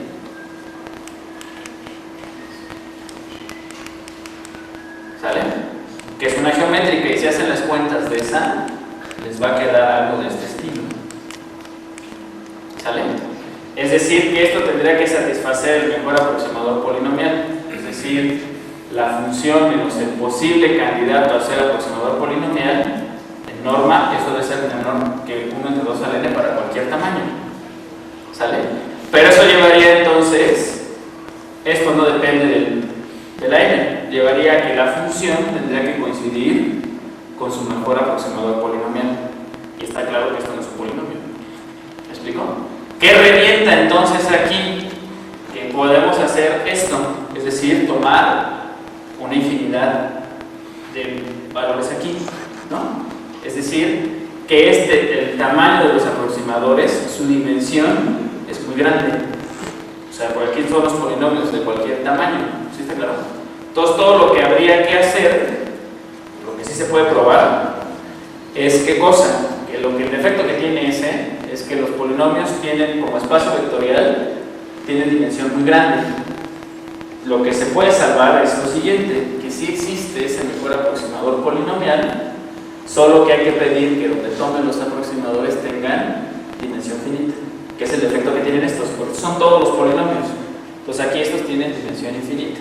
Si le bajan, es decir, si ahora en lugar de tomar todos, solo tomo los polinomios de grado menor o igual que n, ¿me explico? La respuesta es que sí hay un mejor polinomio de grado n menor o igual que n que aproxime de manera uniforme a su función, según este resultado.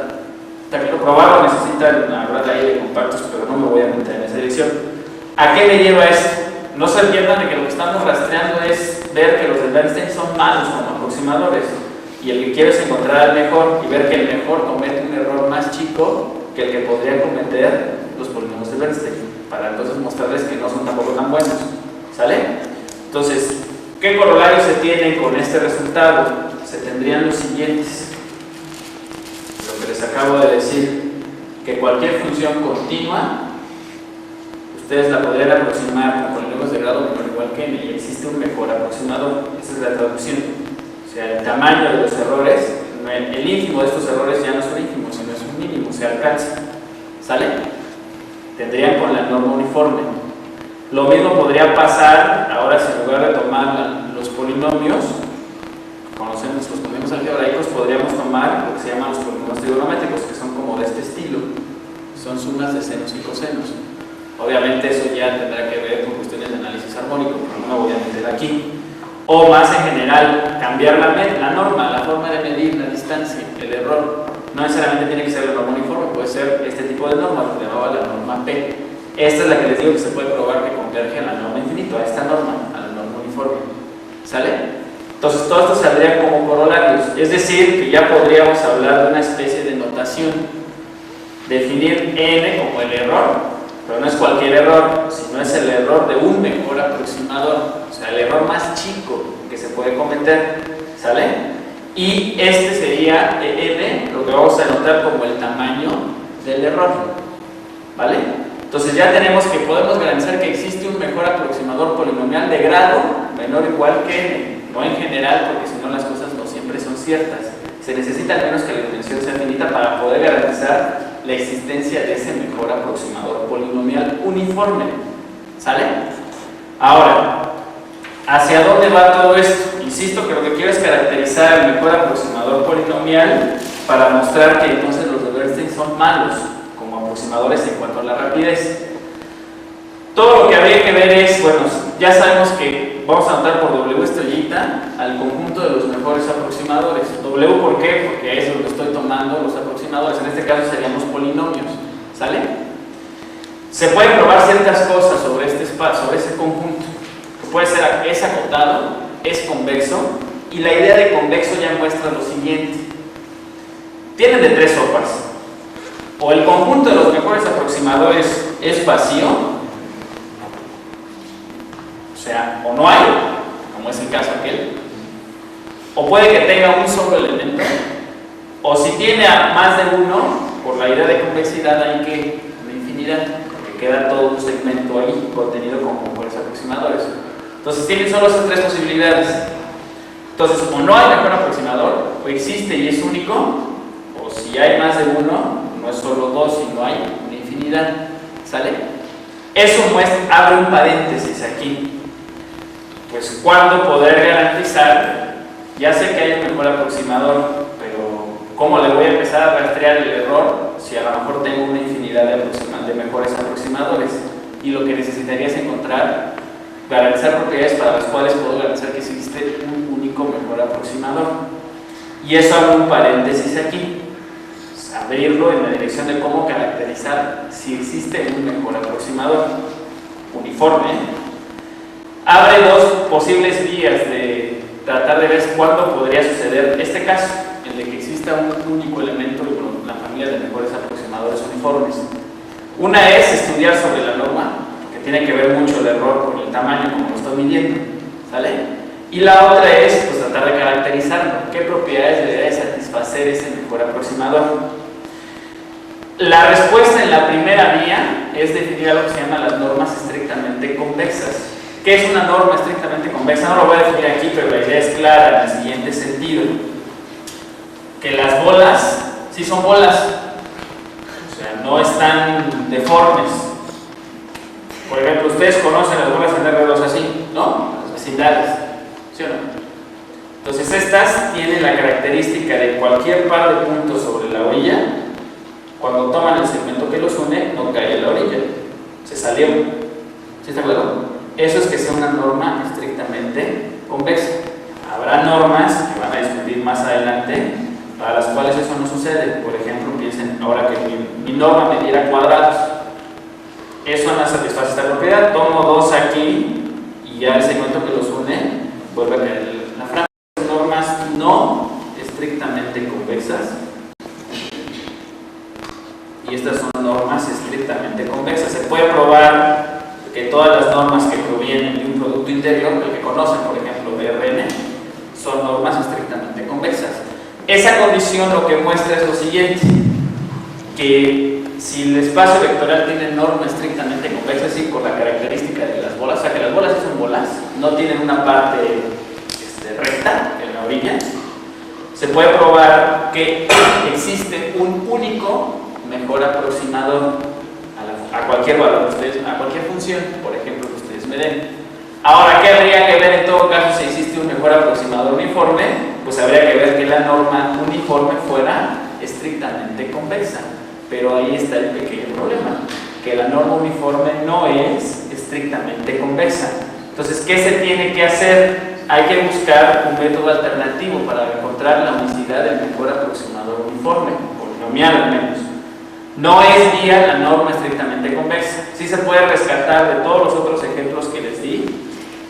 Por ejemplo, desde la norma P, esta norma P se puede probar que sí es estrictamente convexa. Obviamente la prueba necesita ciertas desigualdades clásicas en el análisis, como la de Minkowski o la de Heller, para probar esa propiedad, que las bolas sí son bolas en estos espacios. Pero lo que nosotros estábamos es en la norma uniforme y esa no es estrictamente convexa. Se puede construir un ejemplo muy rápido. Por ejemplo, piensen en la siguiente par de funciones. A ver que hay dos que no están, que están en la orilla y que ninguna del medio satisface. O sea, por ejemplo, piensen en esta función, en f y g, en menos 1 cuarto, menos 1. Entonces estas se ven de este estilo, ¿no? En el 1 valen 0 y el menos 1 y en el 0 valen 1. Están algo así. Esta es la f y esta es la g, ¿no? El tamaño de estas dos, o sea, es decir, la norma uniforme, recuerden que era el supremo. ¿Cuál es el valor máximo que alcanzan aquí? Es 1. ¿Sí está claro? Pero si por ejemplo ustedes toman la suma de estas dos, o sea, si la suman, les quedaría algo así. ¿Sí o no? Y el máximo de esta función, se hacen las cuentas, es 2. ¿Sí está claro? Y observen que esto es en el fondo como si hubieran tomado la mitad de estas, les daría 1. ¿Sí está claro?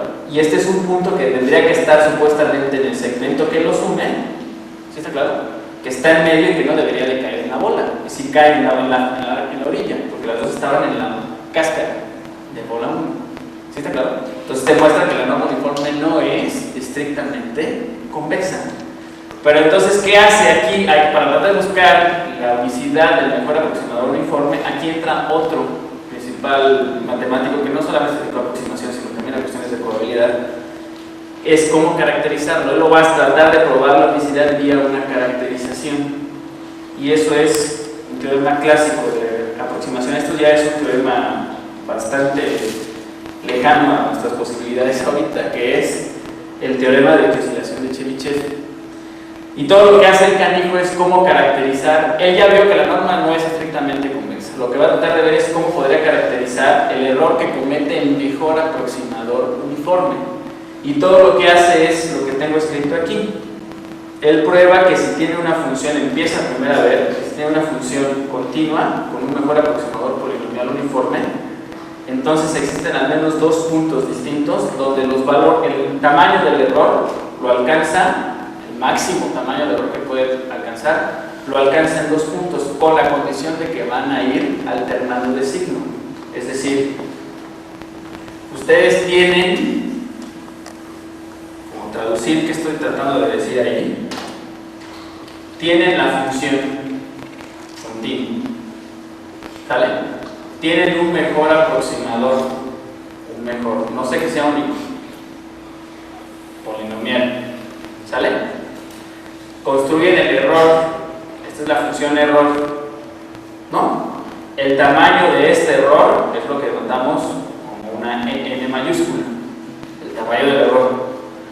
Lo que dice Chebyshev es que si este fuera un mejor aproximador, esta función error, o sea, ¿de dónde a dónde se tiene que mover? No puede pasar de esta franja porque este es el valor máximo que puede alcanzar y este sería el valor mínimo que podría alcanzar. ¿Sale? Lo que dice Chebyshev es lo siguiente.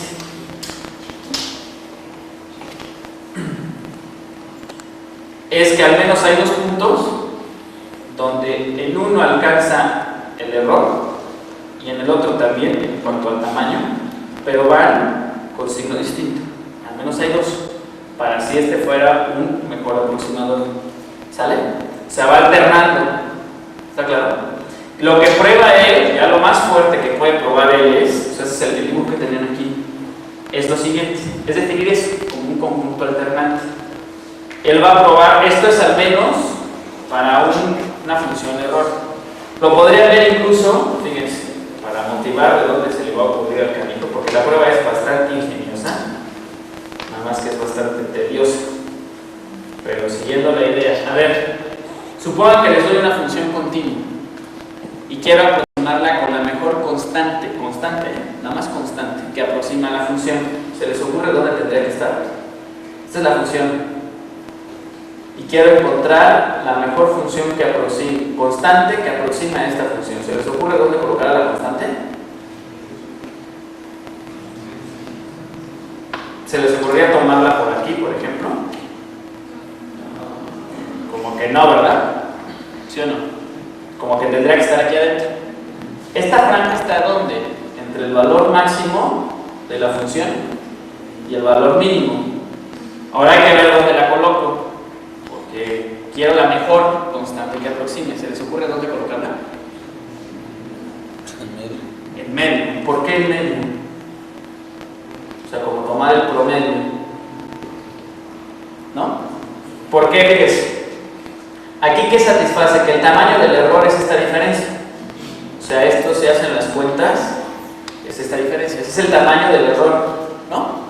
Si ustedes mueven la constante, ¿qué hacen?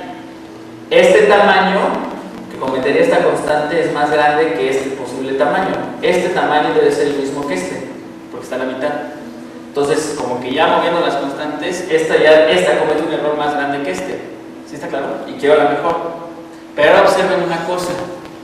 Este es el tamaño del error que comete la constante, ¿no? Observen que este tamaño del error lo pueden alcanzar al menos en 2 puntos, en este y en este, donde está el valor mínimo y el valor máximo de la función. ¿Sí está claro? Se alcanzan en 2 puntos. al valor mínimo del error. ¿Está claro? Con la constante, es decir, necesitaron 2 puntos. Lo que prueba Bernstein es lo siguiente: si ahora quiero el polinomio de grado 1 que mejor aproxime de manera uniforme una función, lo que tengo que hacer es que encontrar no solo 2, van con 2 más que el grado del polinomio, necesitarán al menos 3 puntos donde pase este efecto. ¿Cuál efecto?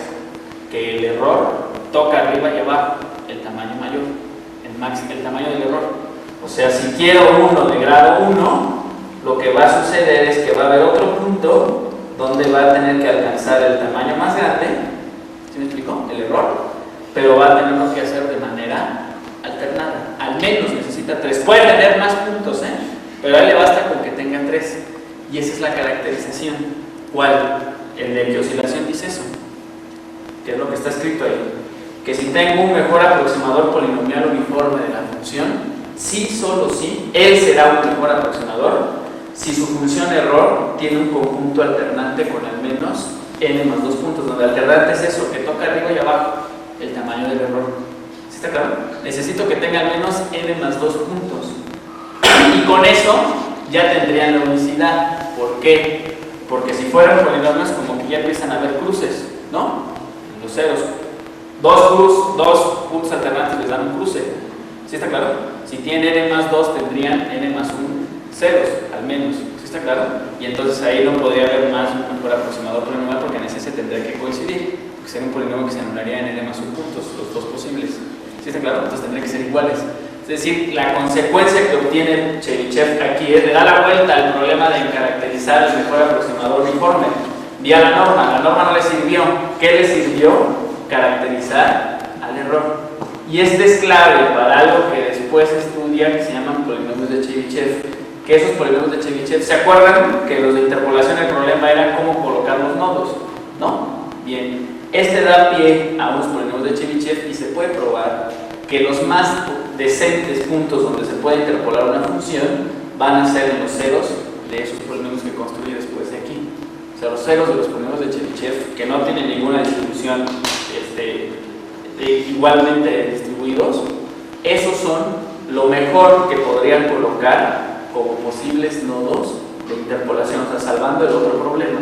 ¿Sale? Pero no me voy a meter en esa dirección. Ya lo que voy es lo siguiente: ya tenemos entonces un mejor aproximador uniforme, y para acabar, lo que andábamos buscando era que ver que los polinomios de Bernstein no eran buenos como aproximadores en cuanto a la rapidez, y para eso entran, de una vez que ya puedo hablar ahora sí sin problema de el mejor aproximador uniforme, ya lo tengo, con esto ya tengo la unicidad.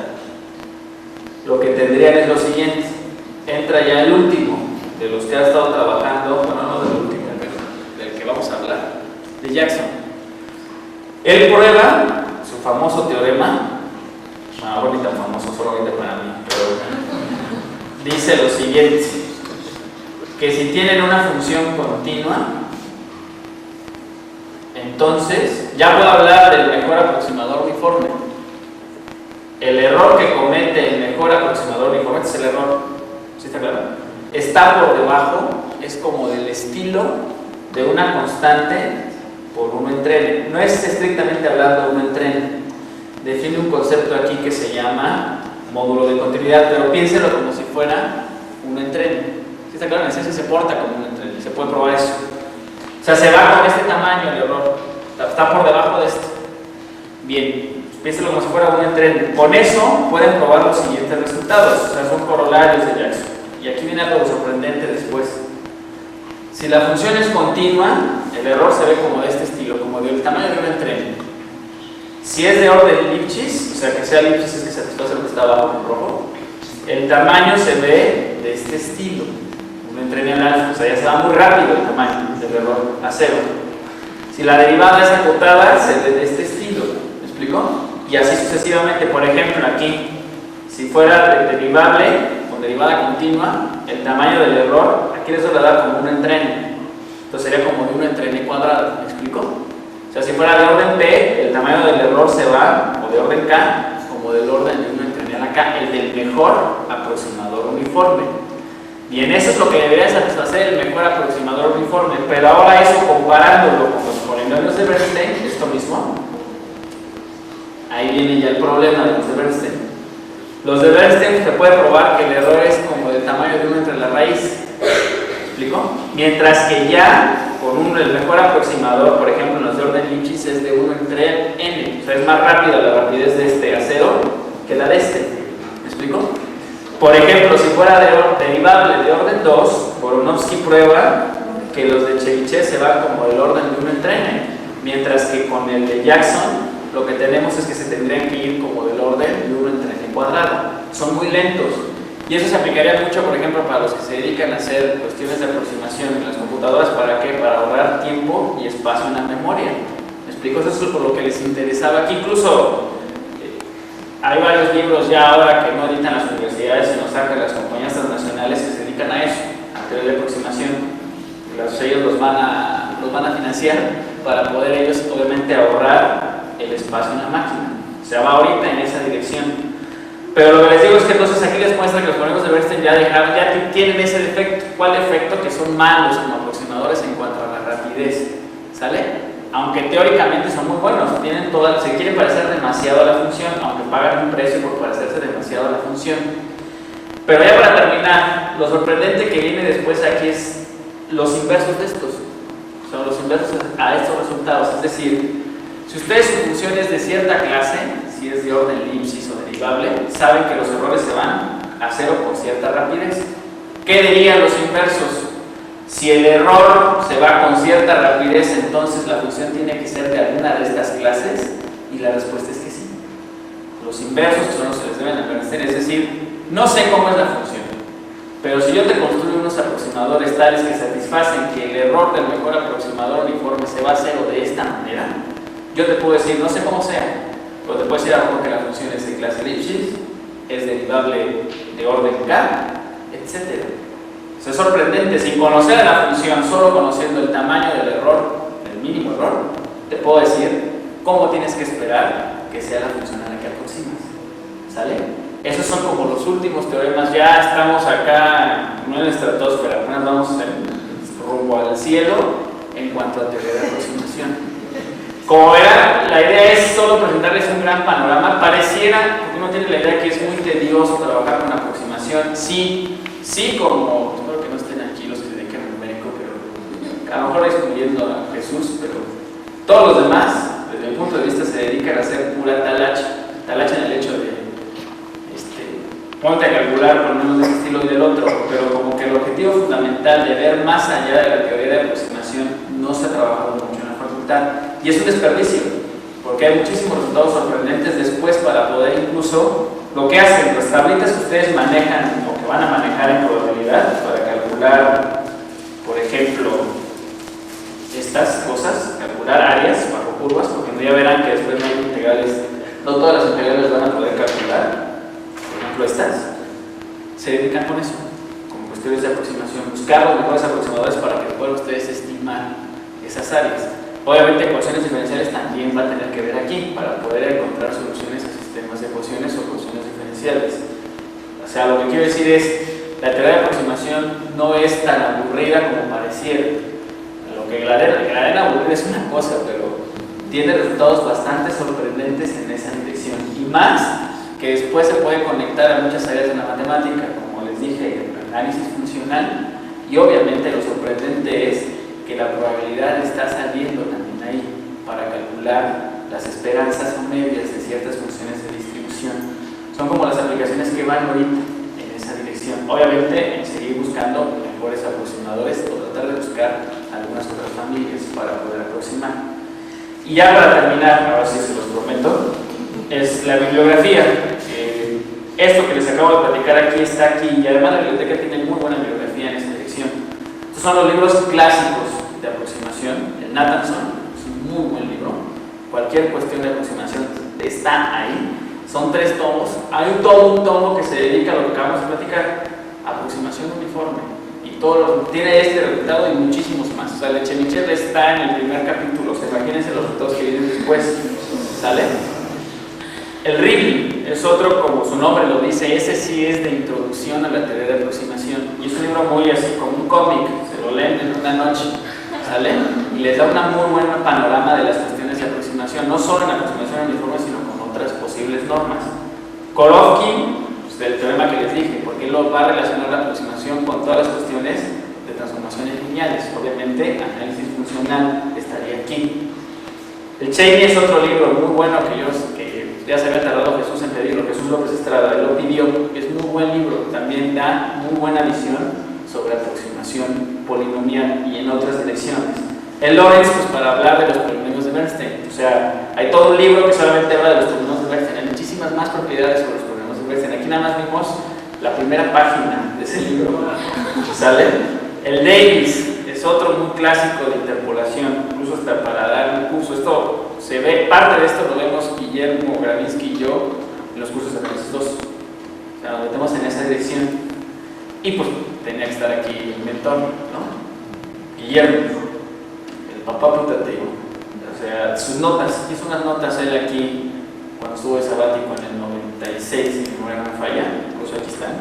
Pero este es el primer tomo porque son dos, sobre aproximación. El problema es que no es por hacerle comercial a esta cosa, pero la universidad, no habiendo la universidad, sino la facultad no es muy lenta en el proceso de publicaciones y obviamente fue más rápido que se lo pudiera publicar en el internet, ¿sale? O sea, es una muestra de cómo tienen estos canecos apigañados ahí a sacar pura porquería y no, incluso él, que ni siquiera tiene, lo podrían decir, caracterizado con una misión política u otra, también tiene esas dificultades para poder publicar. A lo mejor no es un trabajo fenomenal, pero que tiene de alguna manera una visión un poco distinta a lo que se hace en análisis numérico aquí, ¿sale? Entonces esta sería como la biografía a seguir si les interesa el camino. Obviamente hay muchísimo más por qué rascarles. Guillermo y yo trabajamos un tiempo en eso, incluso la tesis salió de ahí, pero ahorita estamos ya en otro canal. El canal que fue motivado por esto, pero que sigue siendo de aproximación, aunque ya un poco alejado, y es trabajando en cuestiones de análisis funcional, gracias a lo que se descubrió